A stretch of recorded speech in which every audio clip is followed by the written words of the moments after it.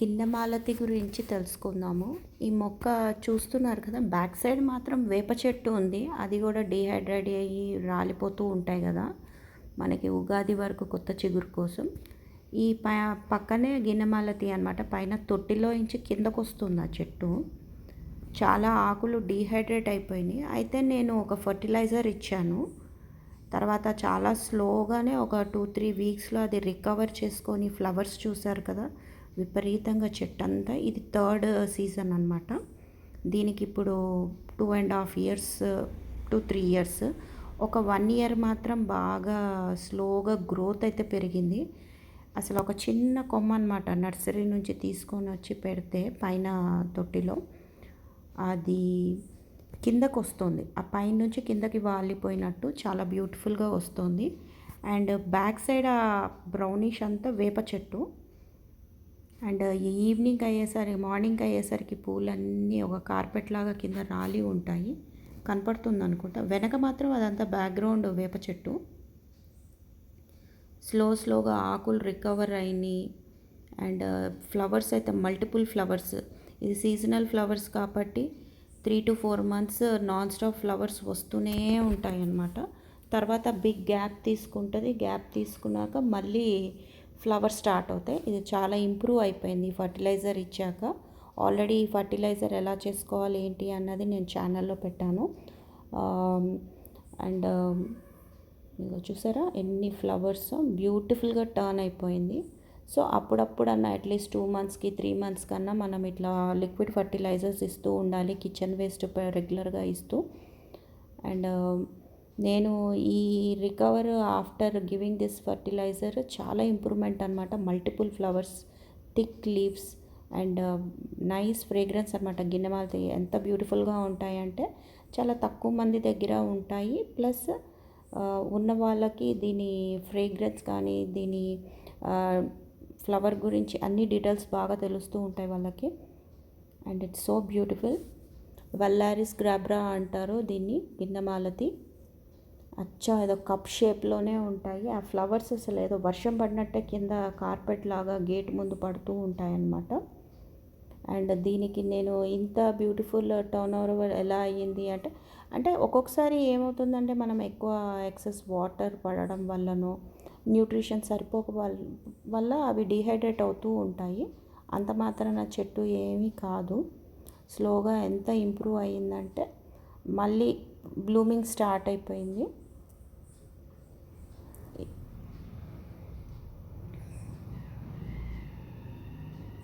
ఆకులు రాలుతూనే ఉన్నాయి, కొత్త ఆకులు వస్తున్నాయి, మళ్ళీ పువ్వులు పెరుగుతూనే ఉన్నాయి. తెలిసింది కదా మీకు, పైన తొట్టిలోంచి కిందకి వస్తుందన్నమాట. ఒకే తొట్టిలో వైలెట్ ఆల్మండా, గిన్నెమాలతి, మ్యాంగో, కనకాంబరాలు ఇలా చాలా ఉన్నాయి. సో నేల అంటే మట్టిని మనం ఎంత బాగా చూసుకుంటామో ఆటోమేటిక్గా చెట్టు కూడా చాలా హెల్తీగా పెరుగుతూ ఉంటుంది. ఫ్రీక్వెంట్గా నేను జీవామృతం పోస్తూ ఉంటానన్నమాట. జీవామృతం ఎలా అవుతుంది అన్నది కూడా స్టెప్ బై స్టెప్ నేను ఛానల్లో 2 times అప్లోడ్ చేశాను. సో ఐ కార్డ్లో అండ్ ఎండ్ స్క్రీన్స్లో పెడతాను, డెఫినెట్గా చూడండి. అండ్ దీనికి నేను స్పెషల్గా రీసెంట్గానే చేశాను. చూసారా ఎంత బ్యూటిఫుల్ థిక్ ఫ్లవర్స్ అనమాట. ఎప్పుడైనా అది వీక్ అయినప్పుడు చెట్టు కొంచెం పల్చగా అయినట్టు ఆకులు కానీ ఫ్లవర్స్ కానీ అనిపిస్తాయి. కానీ మనం న్యూట్రిషన్ యాడ్ చేస్తున్న కొద్దీ దాని థిక్నెస్, ఫ్లవర్ ఫ్రేగ్రెన్స్ అది చూసారా ఎంత బాగున్నాయో. దీనికి నేను ఎగ్ ఎమల్షన్ ఇచ్చాను అనమాట. రెగ్యులర్గా అసలు ఏది అవసరం లేదు. ప్లెయిన్ వాటర్తో పాటు ఇలాంటి ఇవ్వడం వల్ల కూడా చెట్టు చాలా బాగా రికవర్ చేసుకుంటూ ఉంటుంది. ఎప్పుడు ఎటువంటి ఇన్సెక్ట్స్ కానీ పెస్ట్ కానీ ఏమీ చూడలేదు నేను. కాకపోతే ఇవి క్లైంబర్స్ బాగా మొత్తం గార్డెన్ అంతా అట్లా గోడలపైన క్రీప్ అవుతూ ఉంటాయి కాబట్టి కొంచెం అడిషనల్ వాటర్ మాత్రం ఎక్కువ తీసుకుంటుంది. అండ్ ఒక్క తొట్టిలోనే చెప్పాను కదా 4-5 ప్లాంట్స్ కూడా చాలా హెల్తీగా ఫ్రెండ్లీగా పెరుగుతున్నాయి అవి. ఇందులోనే వైలెట్ ఆల్మండా కూడా వస్తుంది. And beautiful flowers. సో మీరు కూడా ఈ గిన్నెమాలతి ఉంటే ఖచ్చితంగా లిక్విడ్ ఫర్టిలైజర్స్ ఇస్తూ ఉండండి. ఫ్రీక్వెంట్గా వాటర్ మాత్రం ఇవ్వండి. ఒక ఏమంటారు, పెయింట్ బకెట్స్ ఉంటాయి కదా, అలా లాంగ్ బకెట్స్ ఇలాంటి క్లైంబర్స్కి క్రీపర్స్కి ఎప్పుడైనా కూడా లాంగ్ బకెట్స్లో పాటింగ్ మిక్స్ కలిపి పెట్టారంటే చాలా హెల్తీగా పెరుగుతాయి, లాంగ్ లైఫ్. జనరల్గా మనము పాత ఇళ్లలో చూస్తూ ఉంటాం, ఈ గేట్ దగ్గర బాల్కనీస్లో ఖచ్చితంగా పెడతారు ఈ గిన్నెమాలతి ప్లాంట్ని. చూసారు కదా ఎంత బాగా పెరుగుతుందో. ఇదేదో మన జడాలినట్టే బ్యూటిఫుల్గా కూడా అదొక మోడల్గానే దానంతటా అదే వస్తుంది. నర్సరీ వాళ్ళైతే మనకు ఒక చిన్న కొమ్మ ఇస్తారు, కానీ అది ఎంత హెల్తీగా యాక్టివ్గా పెరుగుతుందంటే, ఫ్లవర్స్ మీరు చూస్తున్నారు కదా కిందనే బ్రాంచెస్ దగ్గరనే ఫ్లవర్స్ కూడా ఫామ్ అవుతూ ఉంటాయి, కొత్త కొత్త బ్రాంచెస్ వస్తూ ఉంటాయి. అవి అటు సైడ్ నేను గోడకి అటు సైడు వదిలేసాను, అవి చూస్తున్నారు కదా అంత కొమ్మంతా ఫ్లవర్స్, మల్టిపుల్ ఫ్లవర్స్ చాలా కింద వరకు వచ్చినవి మాత్రం నేను కట్టింగ్ చేస్తూ ఉంటానన్నమాట. అప్పుడప్పుడు అలా ఆకులు డీహైడ్రేట్ అయ్యి రాలిపోయినా నో ప్రాబ్లం, మళ్ళీ కొత్త చిగురు వచ్చేస్తూ ఉంటుంది, ఫ్లవర్స్ వస్తూ ఉంటాయి, చెట్టుకైతే ఏ డ్యామేజ్ ఉండదు. టబ్బుకి పక్కన కిచెన్ వేస్ట్ పెడుతూ ఉంటాను మట్టిలోనే. అది ఎలా పెట్టాలి కిచెన్ వేస్ట్ అన్నది కూడా నేను వీడియోస్ చేసి పెట్టాను. So don't forget to like, share, comment and subscribe. ఖచ్చితంగా సబ్స్క్రైబ్ చేయండి, అన్ని ఇన్ఫర్మేటివ్ వీడియోసే ఉంటాయి ఛానల్లో. And don't forget to like, comment also. చూస్తున్నారు కదా ప్రతి కొమ్మకి న్యూ బ్రాంచెస్, న్యూ లీవ్స్, చిగుళ్ళు, మొగ్గలు, పువ్వులు వస్తూనే ఉంటాయి. ఇది ఒక సీజనల్ ఫ్లవరింగ్ అనమాట. ఇప్పుడు ఒక 4 to 5 months మనకి ఫ్లవర్స్ కంటిన్యూస్గా ఉంటాయి, తర్వాత అది రెస్ట్లోకి వెళ్ళిపోతుంది. మళ్ళీ ఆకులు రెజ్యూనేట్ అవుతాయి, కొత్త లీవ్స్, మళ్ళీ కొత్త బడ్స్. కాకపోతే ఎనర్జీ చాలా ఎక్కువ అవసరం అవుతుంది, అందుకే అది స్టోర్ చేసుకోవడానికి టైం తీసుకుంటుంది. నేను ఎగ్ ఎమల్షన్ కూడా ఇచ్చాను దీనికి.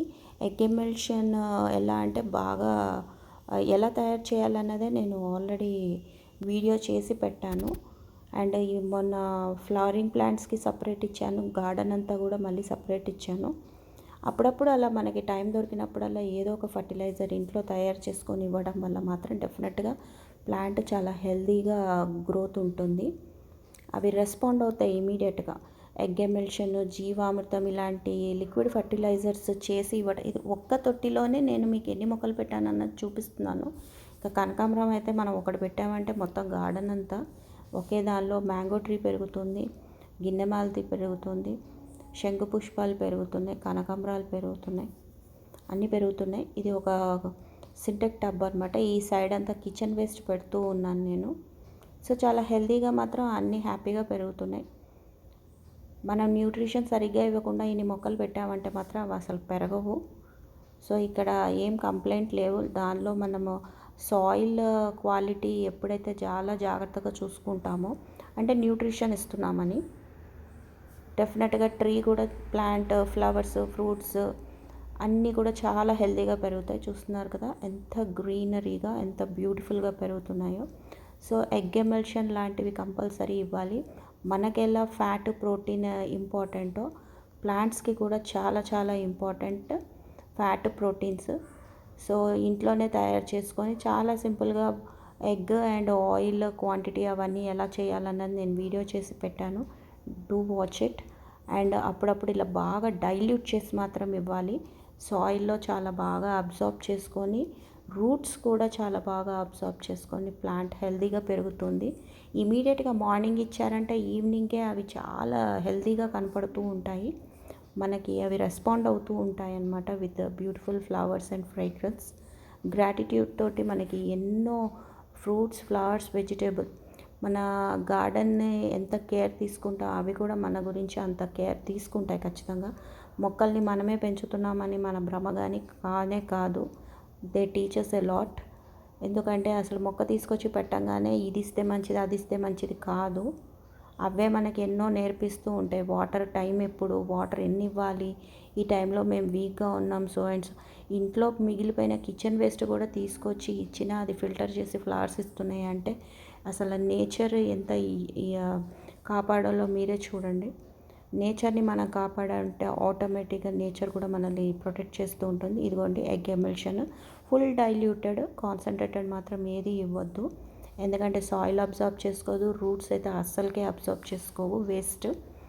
ఎంత డైల్యూటెడ్ ఇచ్చామంటే అంత బాగా అవి డెవలప్ అవుతూ ఉంటాయి. ఇమీడియట్గా వితిన్ 1-2 అవర్సే అవి రెస్పాండ్ అయిపోతాయి. ఎలా రెస్పాన్స్ మీకు ఎలా తెలుస్తుందంటే చెట్టు చాలా స్ట్రైట్గా నిలబడినట్టు, అండ్ లీవ్స్ చాలా బ్రైట్ కలర్, ఫ్లవర్స్ చాలా థిక్గా బిగ్ సైజ్ వస్తాయన్నమాట. ఫ్రూట్స్ కూడా మీరు గమనించండి, చాలా టేస్టీ ఉంటాయి. మనం మంచి kitchen waste and liquid fertilisers ఇంట్లోనే తయారు చేసుకొని ఇవ్వటం, ఏదీ లేదు. వేస్ట్ అన్నది ఏదైనా తీసుకెళ్ళి అక్కడ మట్టిలో పెట్టేశామంటే దానిలో ఉన్న మైక్రోబ్సే అన్నీ చూసుకుంటాయి. చెట్టు కూడా చాలా హెల్తీగా పెరుగుతుందంటే అర్థం ఏంటంటే మనం ఇస్తున్న న్యూట్రిషన్ అవి చాలా బాగా అబ్జర్బ్ చేసుకుంటున్నాయి అన్నట్టే. లోపల అర్త్వామ్స్ కూడా చాలా హెల్తీగా పెరుగుతూ ఉంటాయి. అర్త్వామ్స్కి ఒకటే ప్రాబ్లం ఏంటంటే బాగా వర్షాలు పడినప్పుడు పాపం అవి బయటకు వచ్చేస్తాయి, ఎందుకంటే సఫకేషన్కి లోపల ఆక్సిజన్ సరిపోకనో ఏమో కానీ బయటకు వచ్చేస్తాయి. మనకి దొరికినవి మళ్ళీ పట్టుకొని వాటిని తొట్టిలో వేసేస్తూ ఉండాలి. అది వర్షాకాలంలో కొంచెం ప్రాబ్లం అదే. ప్రతి కొమ్మకి, ఆకుకి పువ్వులే పువ్వులు, పువ్వులే పువ్వులు. ఎంత మంచి ఫ్రేగ్రెన్స్ అంటే కుదిరితే అందరూ ఒక చిన్న పాట్లో ఇంత మట్టి పెట్టేసి చక్కగా ఇలా గిన్నెమాలతి పెట్టారంటే అది ఇల్లంతా పాకుతుంది. దాని కెపాసిటీ, ఆ మట్టి మనం ఎంత కెపాసిటీ ఇచ్చామో అంతవరకు అది పెరుగుతుంది. బ్యూటిఫుల్ ఫ్లవర్స్, అసలు ఆ బ్యూటిఫుల్ షేప్ చూసారా, ఐస్ క్రీమ్ కప్స్ లాగానే ఎంత బాగున్నాయి అంటే. దాని కలర్ బాగుంటుంది, ప్లస్ ఫ్రేగ్రెన్స్ బాగుంటుంది. అవేదో అచ్చం వర్షం పడినట్టే మన మీద పడుతూ ఉంటాయి అవి. కింద బయటకు వెళ్ళినప్పుడల్లా కార్పెట్ లాగానే ఫ్లవర్స్ అన్నీ పడి ఉంటాయి. ఎన్ని అసలు న్యూమరస్ ఫ్లవర్స్ అనమాట. స్టార్టింగ్లో చెట్టు పెరగడానికి మాత్రం కొంత టైం తీసుకుంటుంది. ఇది కొంచెం బిగ్ ప్లాంట్, అది ఎన్ని బ్రాంచెస్ ఫామ్ చేసుకొని లీవ్స్, అది ఎనర్జీ స్టోర్ చేసుకొని తర్వాత ఒక సీజన్కి మాత్రం స్టార్ట్ అయిపోతాయి ఫ్లవర్స్, బంచెస్ ఆఫ్ ఫ్లవర్స్ అనమాట. అవి అసలు ఎంత బాగుంటాయంటే అంత బాగుంటాయి ఆ కలర్. సో డెఫినెట్గా పాసిబిలిటీ ఉంటే మీరు కూడా మీ నియర్ బై నర్సరీలోకి వెళ్ళి తెచ్చుకొని పెంచుకోండి. And don't forget to like, share, comment and subscribe. Thank you.